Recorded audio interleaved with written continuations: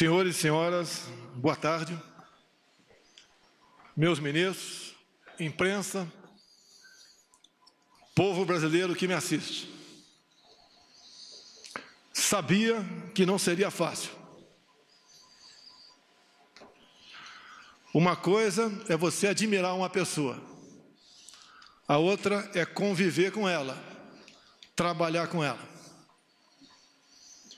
Hoje pela manhã, por coincidência, tomando café com alguns parlamentares, eu lhes disse: hoje vocês conhecerão aquela pessoa que tem um compromisso consigo próprio, com o seu ego e não com o Brasil.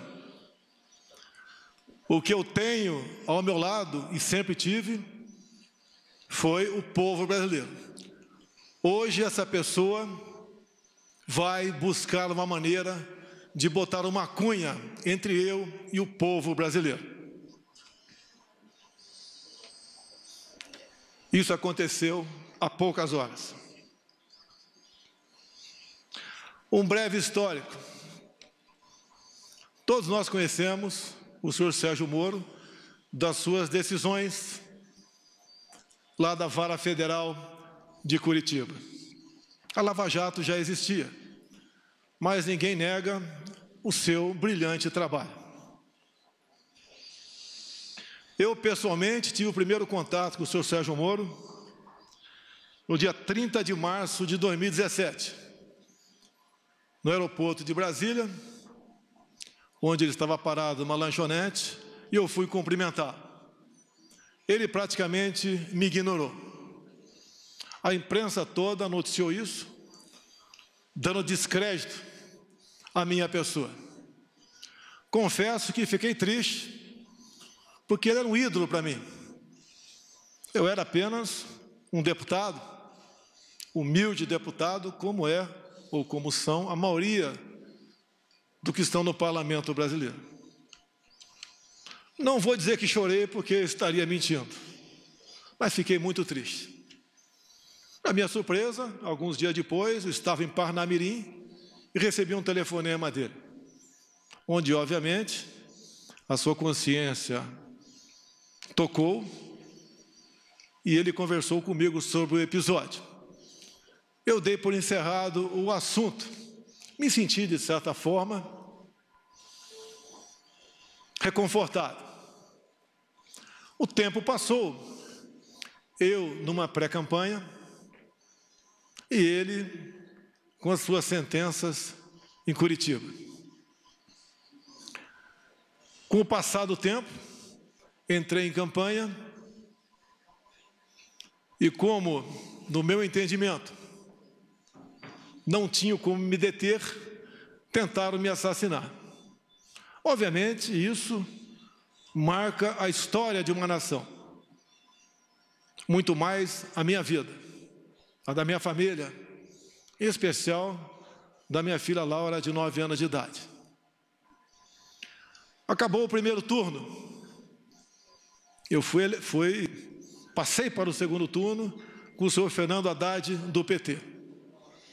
Nesse ínterim, eu, baixado no Einstein, em São Paulo, recebi uma ligação de uma pessoa que queria fazer com que o senhor Sérgio Moro fosse me visitar. Eu fiquei feliz, mas declinei. Ele não esteve comigo durante a campanha. Eu não sei quem ele votou no primeiro turno e nem quero saber. O voto é sagrado e secreto. Mas eu exatamente evitei conversar com ele naquele momento, entre o primeiro e o segundo turno, porque com toda certeza essa visita se tornaria pública e eu não queria aproveitar do prestígio dele para conseguir a vitória no segundo turno. Após, então, a nossa vitória, a vitória da democracia, da liberdade, das eleições livres, eu recebi o senhor Sérgio Moro na minha casa, na Barra da Tijuca, presente, ao meu lado, o senhor Paulo Guedes, um homem que já havia escolhido para ser ministro da Economia. E ali traçamos alguma coisa de como ele seria tratado caso aceitasse o nosso convite para ser ministro da Justiça. Obviamente, repito, ele não participou da minha campanha.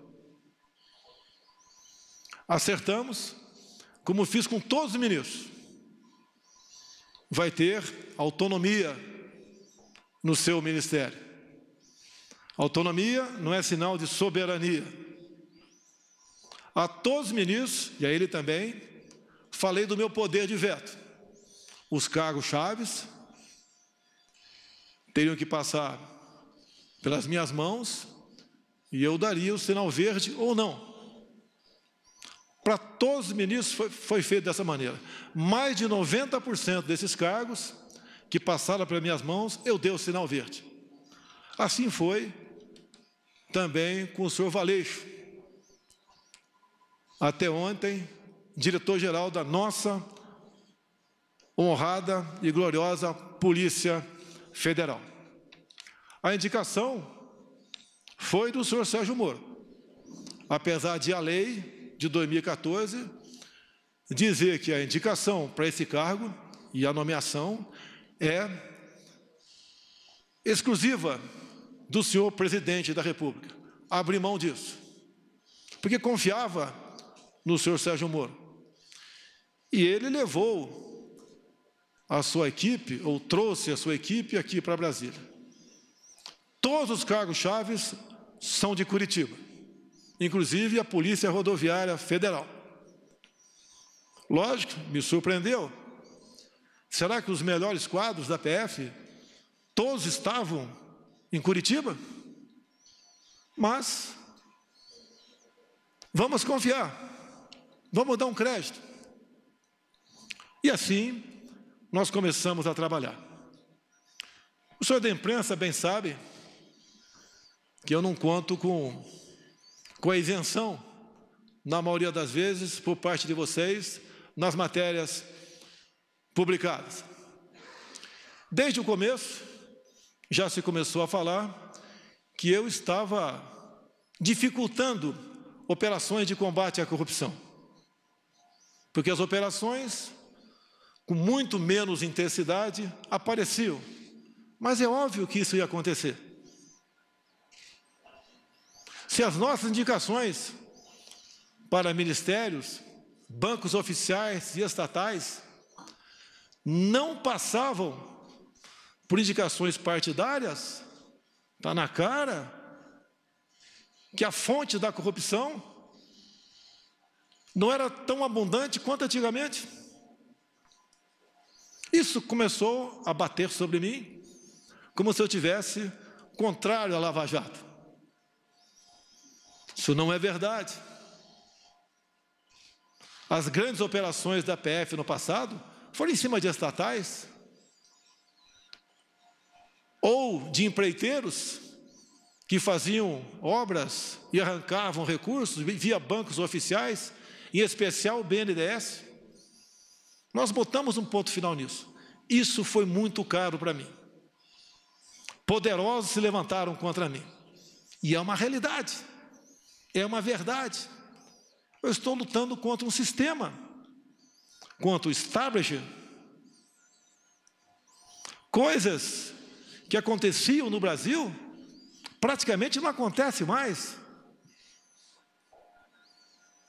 E me desculpe a modéstia, em grande parte, pela minha coragem de indicar um time de ministros comprometido com o futuro do Brasil. Continua não sendo fácil, mas pode ter certeza, hoje em dia, eu conto com muitos parlamentares dentro do Congresso Nacional que já comungam dessa tese, de vários partidos, exceto da extrema esquerda, porque o que eles querem, no final das contas, é roubar a nossa liberdade. No que depender de mim, não medirei esforços para que isso não aconteça. dizer ao prezado ex-ministro Sérgio Moro, como o senhor disse hoje na sua coletiva, por 3 vezes, o senhor disse que tinha uma biografia a zelar. Eu digo a Vossa Senhoria que eu tenho um Brasil a zelar. Não apenas fiz um juramento, quando sentei praça, nos idos 1973, na Escola Preparatória de Cadetes do Exército em Campinas, em dar a vida pela minha pátria, se preciso fosse. Mais que a vida para a minha pátria, eu tenho dado. Eu tenho dado o desconforto da minha família, as acusações mais torpes possíveis, não só contra a minha família, bem como aqueles que estão ao meu lado. Falava-se em interferência minha na Polícia Federal. Ora as bolas, se eu posso trocar o ministro, por que não posso, de acordo com a lei, trocar o diretor da Polícia Federal? Eu não tenho que pedir autorização para ninguém para trocar o diretor ou qualquer um outro que esteja na pirâmide hierárquica do Poder Executivo. Será que é interferir na Polícia Federal, quase que exigir e implorar a Sérgio Moro que apure quem mandou matar Jair Bolsonaro? A PF de Sérgio Moro mais se preocupou com Marielle do que com seu chefe supremo. Cobrei muito deles aí. Não interferi. Eu acho que todas as pessoas de bem no Brasil querem saber. E entendo, me desculpe, senhor ex-ministro, entre o meu caso e da Marielle, o meu está muito menos difícil de solucionar. Afinal de contas, o autor foi preso em flagrante delito. Mais pessoas testemunharam, telefones foram apreendidos, 3 renomados advogados, em menos de 24 horas, estavam lá para defender o assassino. Isso é interferir na Polícia Federal? Será que pedir à Polícia Federal, quase que implorar, via ministro, para que fosse apurado o caso Marielle, no caso porteiro da minha casa 58, na Avenida Lúcio Costa, 3100? Quase que por acaso descobrimos, se não pedir para o meu filho ir na portaria e filmar a secretária eletrônica. Talvez até hoje ficasse a dúvida para todos que eu poderia estar envolvido nisso. Isso foi numa quarta-feira de março de 2018, onde entre a ligação do porteiro para a minha casa e as minhas digitais nos painéis de presença da Câmara, tinha um espaço em menos de 1 hora, eu não estava lá.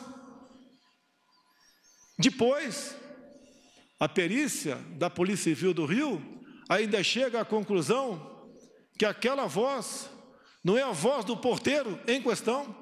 Será que é interferir na Polícia Federal, exigir uma investigação sobre esse porteiro? O que aconteceu com ele? Ele foi subornado? Ele foi ameaçado? Ele não sofre ele sofre das faculdades mentais? O que aconteceu para ele falar com tanta propriedade um fato que, segundo ele, existiu há praticamente 1 ano atrás? É exigir da Polícia Federal muito, via seu ministro, para que esse porteiro fosse investigado, com todo respeito a todas as vidas do Brasil. Acredito que a vida do Presidente da República tem um significado, que afinal de contas é o chefe de Estado. Isso é interferir na Polícia Federal? Cobrar isso da sua Polícia Federal? Confesso que, ao longo do tempo, como bem vos lhes disse, uma coisa é ter uma imagem e conhecer uma pessoa, a outra é conviver com ela.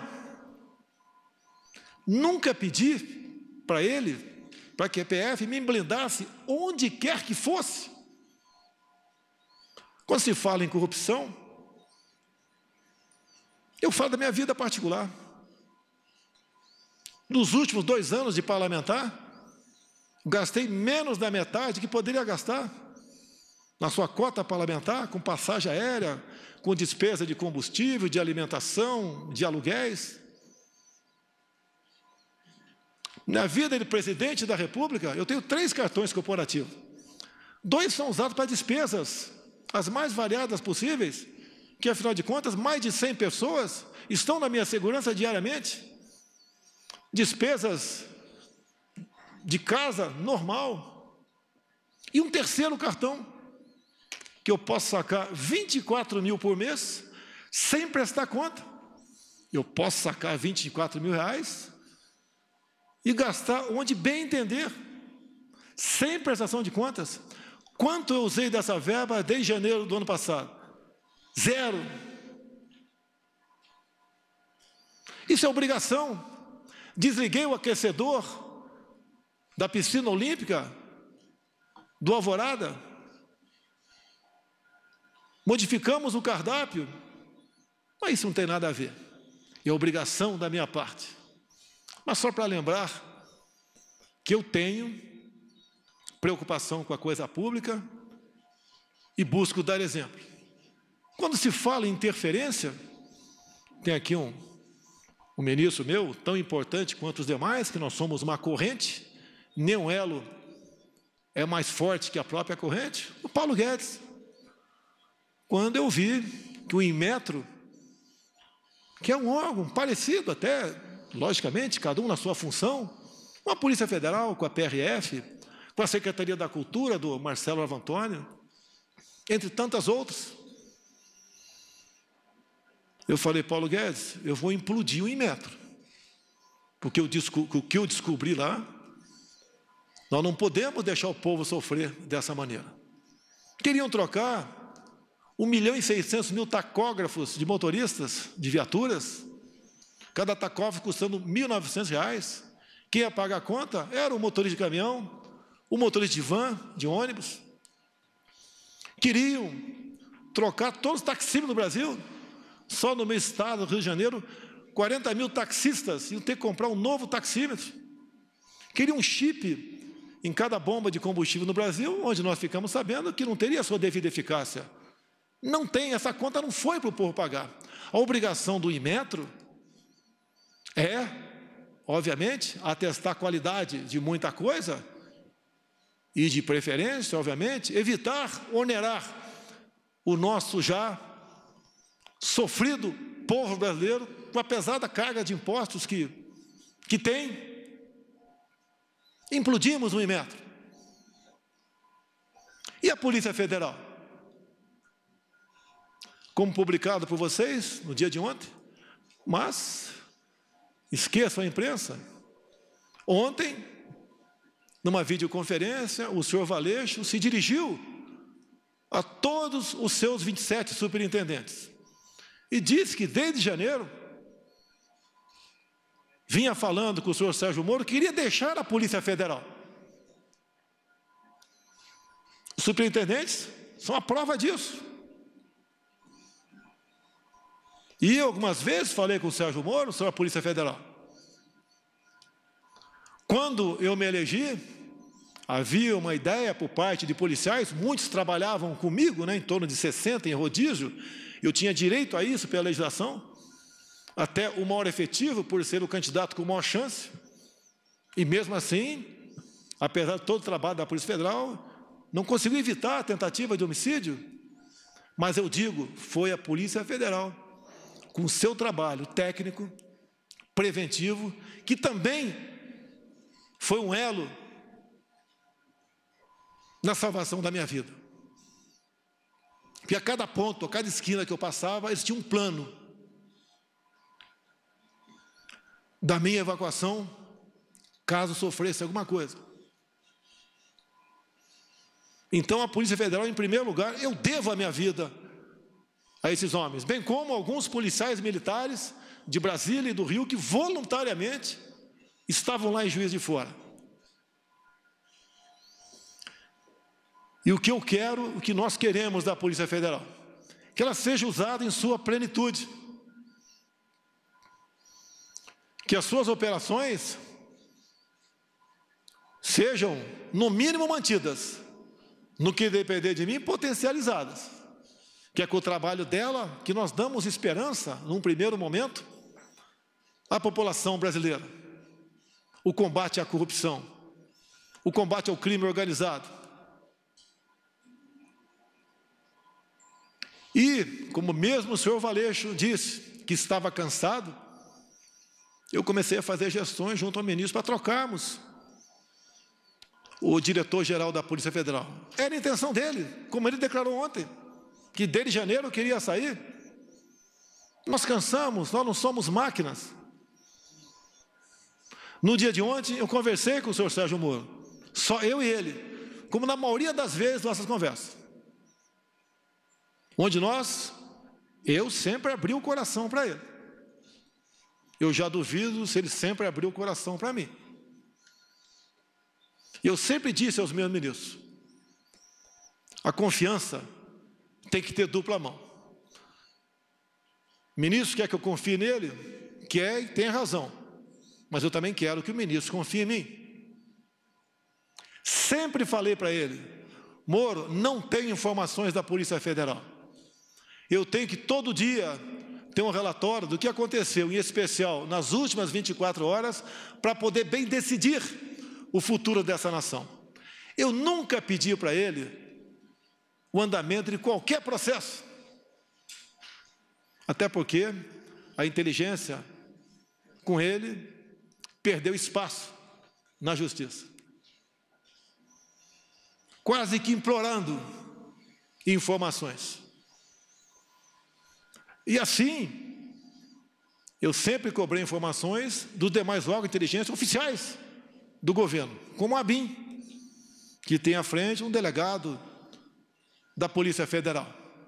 Uma pessoa que eu conheci durante a minha campanha e tem um nome e é respeitado pelos seus companheiros.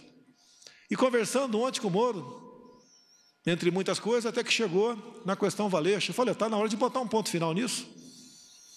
Ele está cansado, está fazendo como pode o seu trabalho. Pessoalmente, não tenho nada contra ele.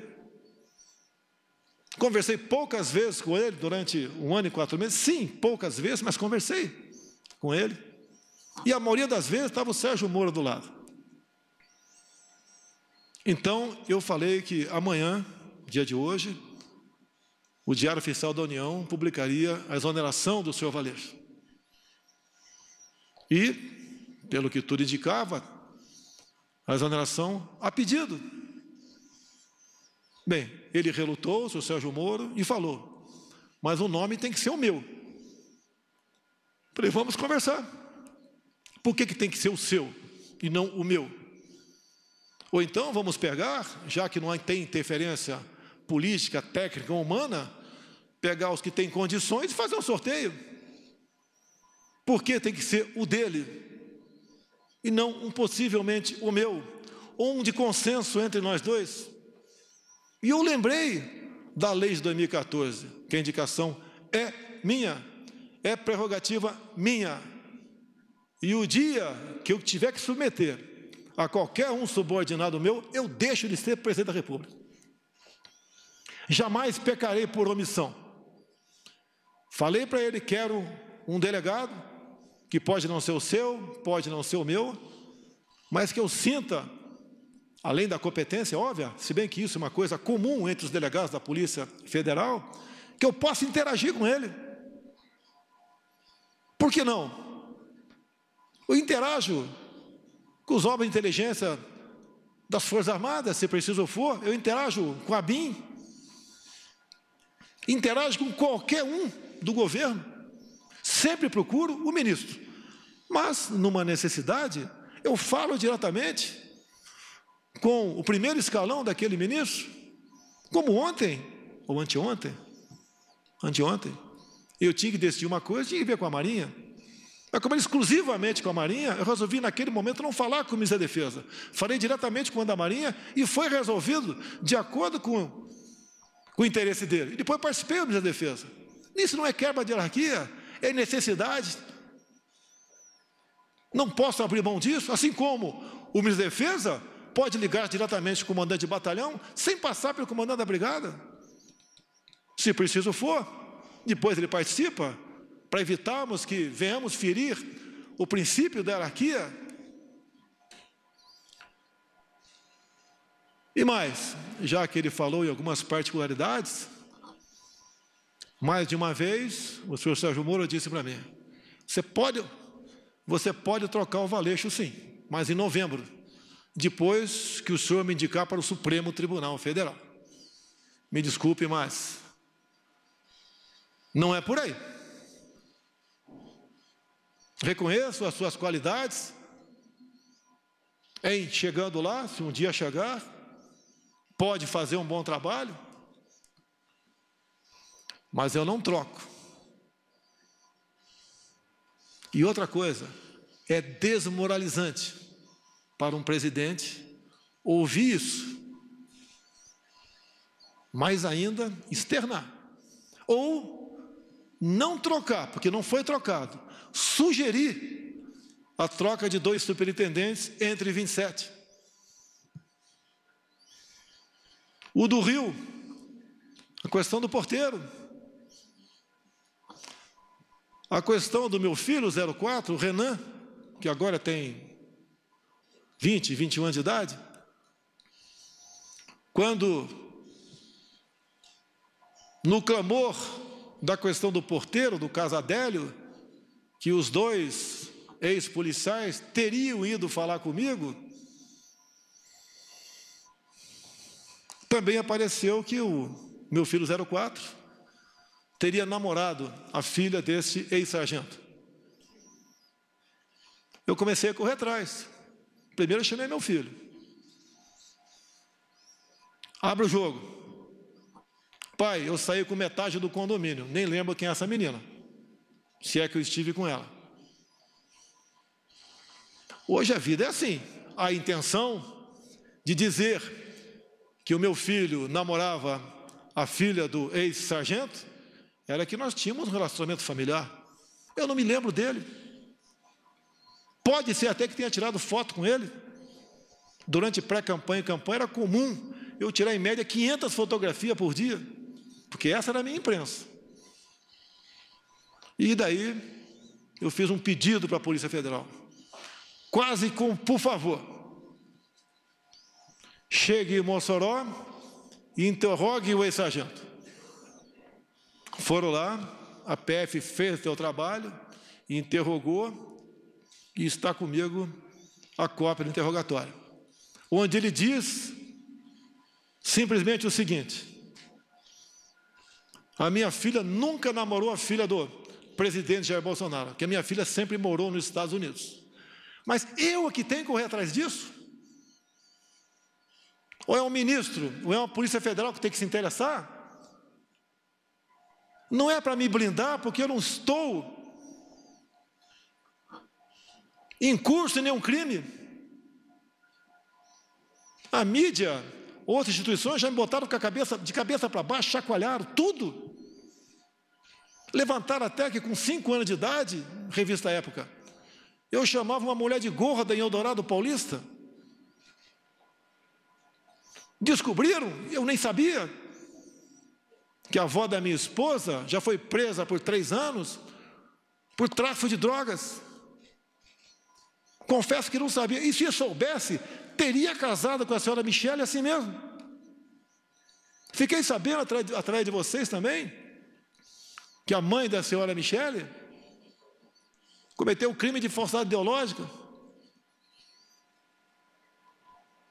Na sua inocência, em vez de fazer uma cirurgia plástica para ficar mais jovem, né, mais bonita, ela resolveu fazer uma cirurgia na certidão de nascimento, diminuindo 10 anos a sua idade. Esse foi o crime dela. Se coloca em público isso daí, para escrotizar, para dizer que ela não tem caráter.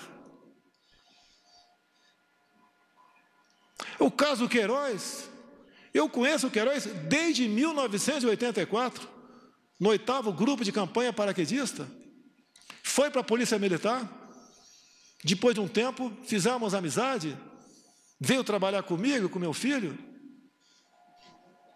O que porventura ele faz, ele responde pelos seus atos. Não foi por uma, foi por 2 vezes que o Queiroz teve dívida comigo. Me pagou com cheques. E não veio para minha conta esse cheque, porque eu simplesmente deixei no Rio de Janeiro. Não estaria na minha conta. E não foram 24 mil reais, foi 40 mil reais. Desde o primeiro momento. Não é uma pessoa, porventura, faz algo de errado, está do nosso lado. Você tem que ser responsabilizado. E o tempo todo ser cobrado por isso.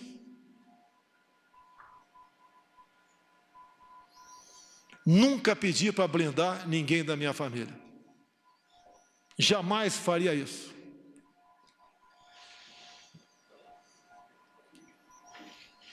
Agora, eu lamento que aquela pessoa que mais tinha que defender dentro de uma legalidade não o faz. Teve um clima sem pesado com o senhor ministro, na última reunião de ministros, onde eu cobrei dele, na frente de todos os ministros, que ele tomasse uma posição sobre a prisão e algemas usada contra mulheres na praia,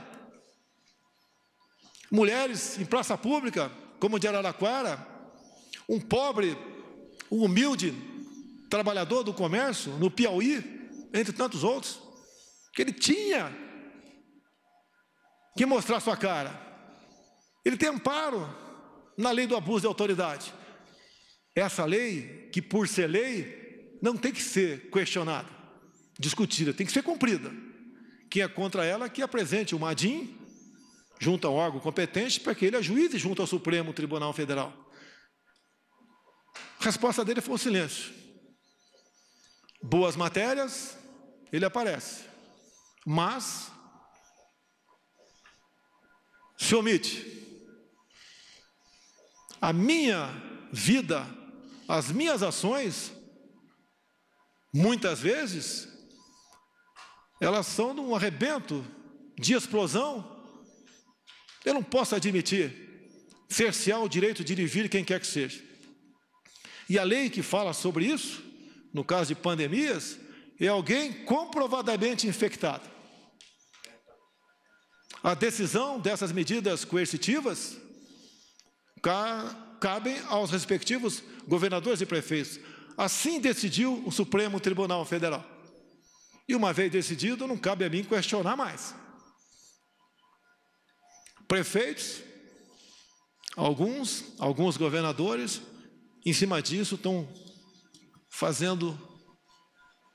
cometendo tremendos absurdos. E o governo federal tem que se posicionar, tem que peticionar o Supremo Tribunal Federal, entrar com ações.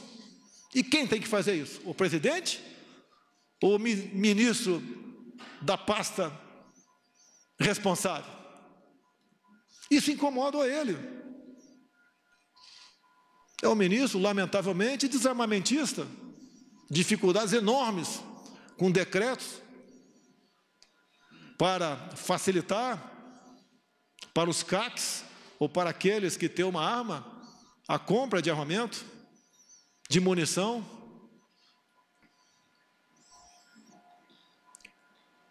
Aquilo que eu defendi durante a campanha e pré-campanha, os ministros têm obrigação de estar junto comigo. Caso contrário, não estão no governo certo. Não tenho mágoa do senhor Sérgio Moro. Hoje pela manhã, acredito que 7 ou 8 deputados, ou meia dúzia, tomaram café comigo. E eles estão à vontade, se quiser falar ou não. Eu lhes disse, hoje vocês vão conhecer quem realmente não me quer na cadeira presidencial. Esse alguém não está no Poder Judiciário, nem está no Parlamento Brasileiro. Não lhes disse o nome. Falei, vocês vão conhecê-lo às 11 da manhã. repetindo a vocês. Veio com a cunha. Se ele quer ter independência, como eu tenho, autoridade, ou se quisesse, poderia vir candidato em 2018.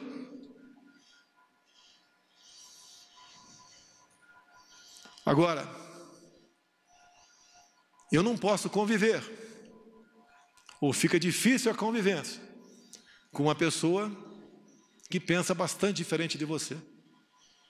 Um fato que foi noticiado muito no início do ano passado, ele nomeou a senhora Ilona Sabó como suplente de um conselho, e nós sabemos que essa senhora, ou senhorita, tem publicações, as mais variadas possíveis, defendendo o aborto, ideologia de gênero, entre tantas outras coisas, que estão em completo desacordo com as bandeiras que eu defendi, que os cristãos brasileiros também defendiam, e até ateus defendiam também.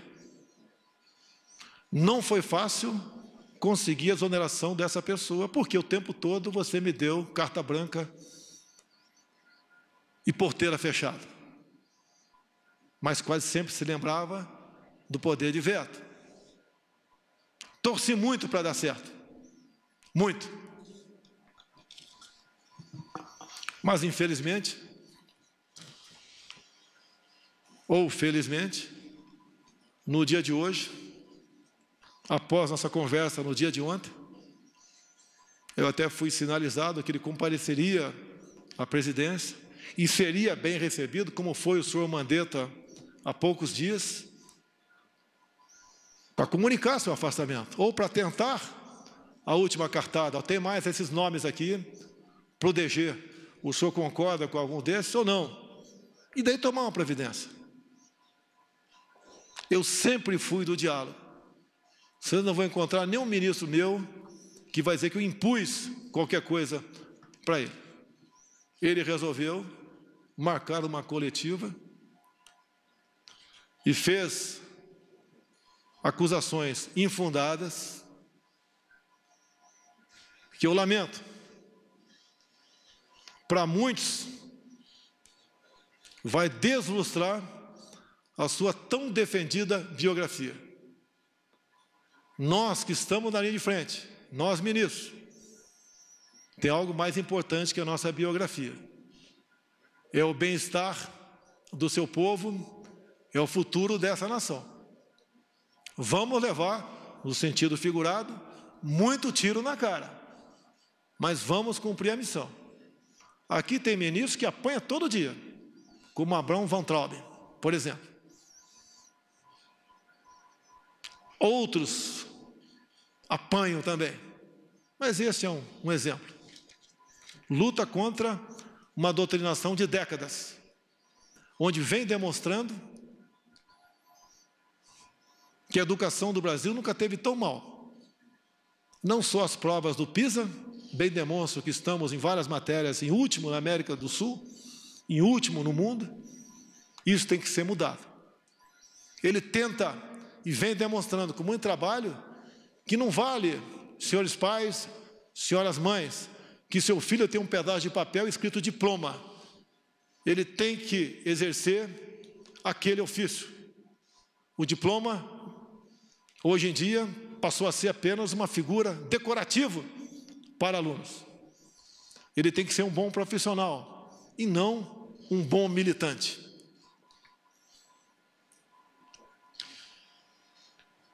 Três páginas bem curtas apenas aqui, eu vou ler e dar o encerramento a essa coletiva. Meu compromisso é com o Brasil e com a democracia. Sempre dei plena liberdade aos meus ministros, sem abrir mão do meu poder de veto e da minha autoridade como presidente da República.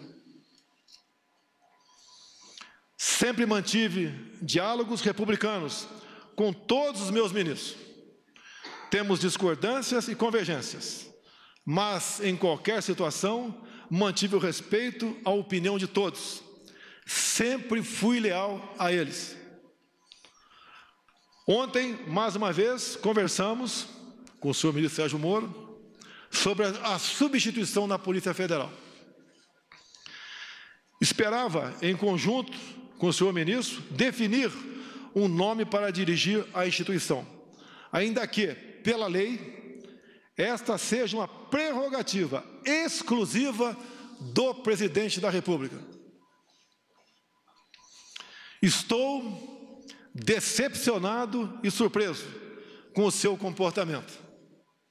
Não se dignou a me procurar e preferiu uma coletiva de imprensa para comunicar sua decisão.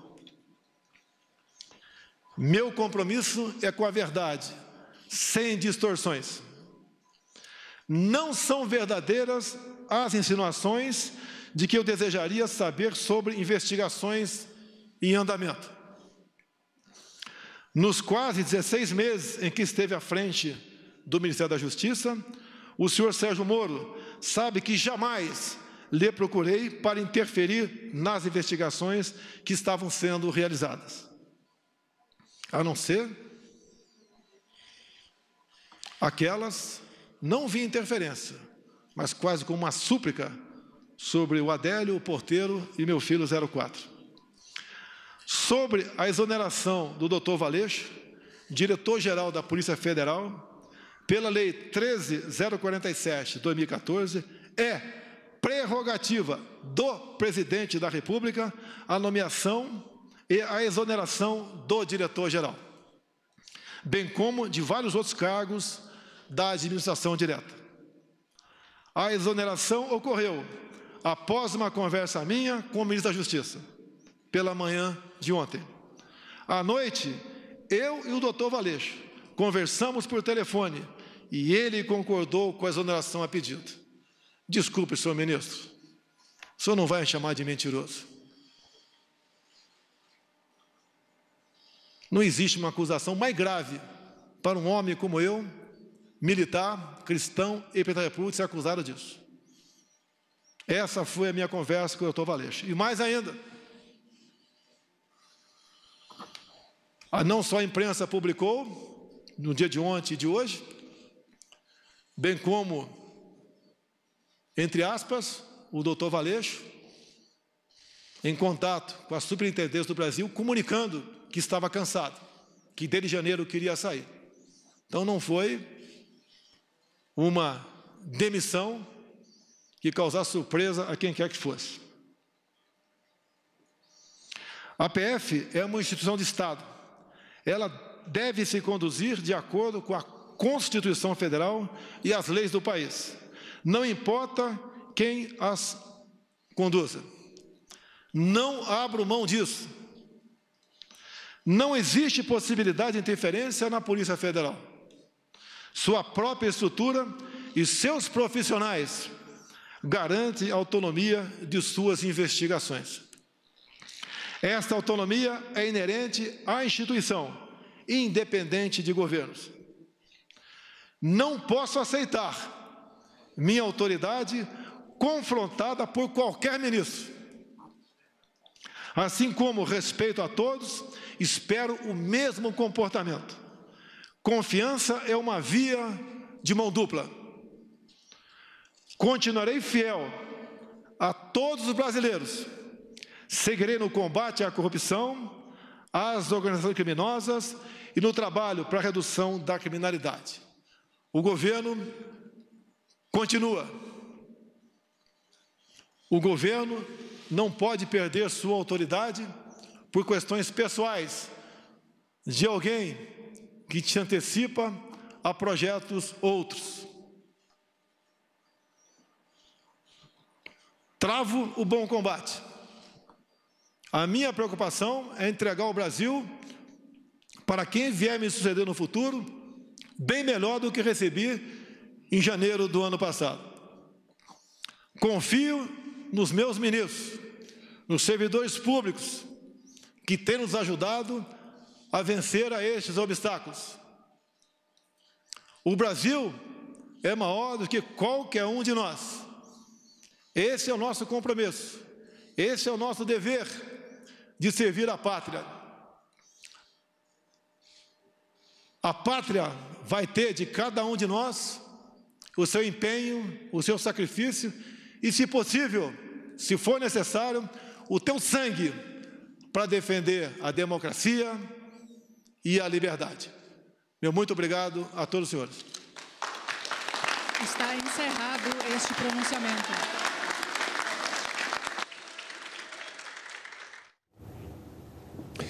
Você acompanhou com a gente, ao vivo, direto do Palácio do Planalto, o pronunciamento do presidente da República, Jair Bolsonaro.